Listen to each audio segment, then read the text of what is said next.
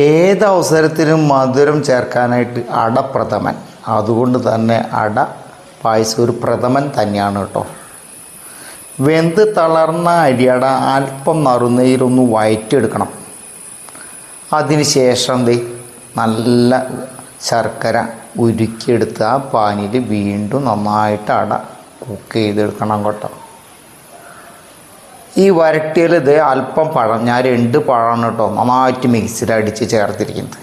വീണ്ടും വഴറ്റണം. വഴറ്റിൻ്റെ പാകം നിങ്ങൾക്ക് തിരിച്ചറിയാവുന്ന രീതിയിൽ അതിന് എണ്ണ അല്പം മേലെ വന്നുകൊണ്ടിരിക്കും കേട്ടോ. നമ്മൾ മുൻപ് ചേർത്ത നെയ്യ് ഇപ്പം മണം അടിപൊളിയാണ് കേട്ടോ. ഇനി 2ാം പാലിൻ്റെ വരവാണ് കേട്ടോ. 2ാം പാലും നമ്മൾ മുൻപ് ചേർത്ത ചേരുവകളും കൂടി തമ്മിൽ ഒന്ന് മായങ്ങണം കേട്ടോ. അവനൊന്ന് വരട്ടി ഒന്നും വഴറ്റിയെടുത്തിട്ടുണ്ടെങ്കിൽ അടിപൊളി. പിന്നെ ഒന്ന് തിളച്ചതിന് ശേഷം അല്പം കഴിഞ്ഞ് നമ്മൾ തേങ്ങാപ്പാലിൻ്റെ തലപ്പാൽ ഉപയോഗിക്കും, അല്ലെങ്കിൽ 1ാം പാൽ ഉപയോഗിക്കണം. അപ്പോൾ അല്പം മണം, ഗുണം, സുഗന്ധമൊക്കെ പകരാനായിട്ട് നമ്മൾ പൊടിച്ച് വെച്ചിരിക്കുന്ന ഏലക്ക, ചുക്ക്, ജീരകം അതാണ് ചേർക്കേണ്ടത് കേട്ടോ.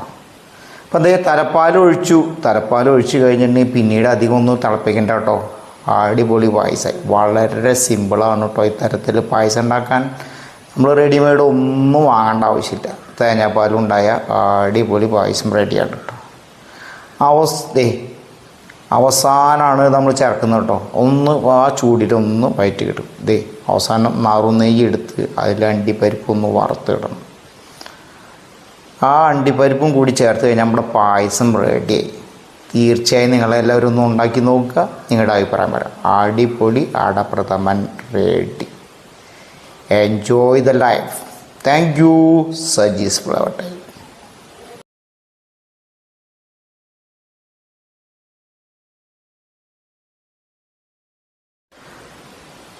ഋഷികേശും വന്ന് പായസം കുടിച്ചു നോക്കിയിട്ടോ. അവൻ്റെ അഭിപ്രായത്തിൽ അടിപൊളി പായസമാണ്.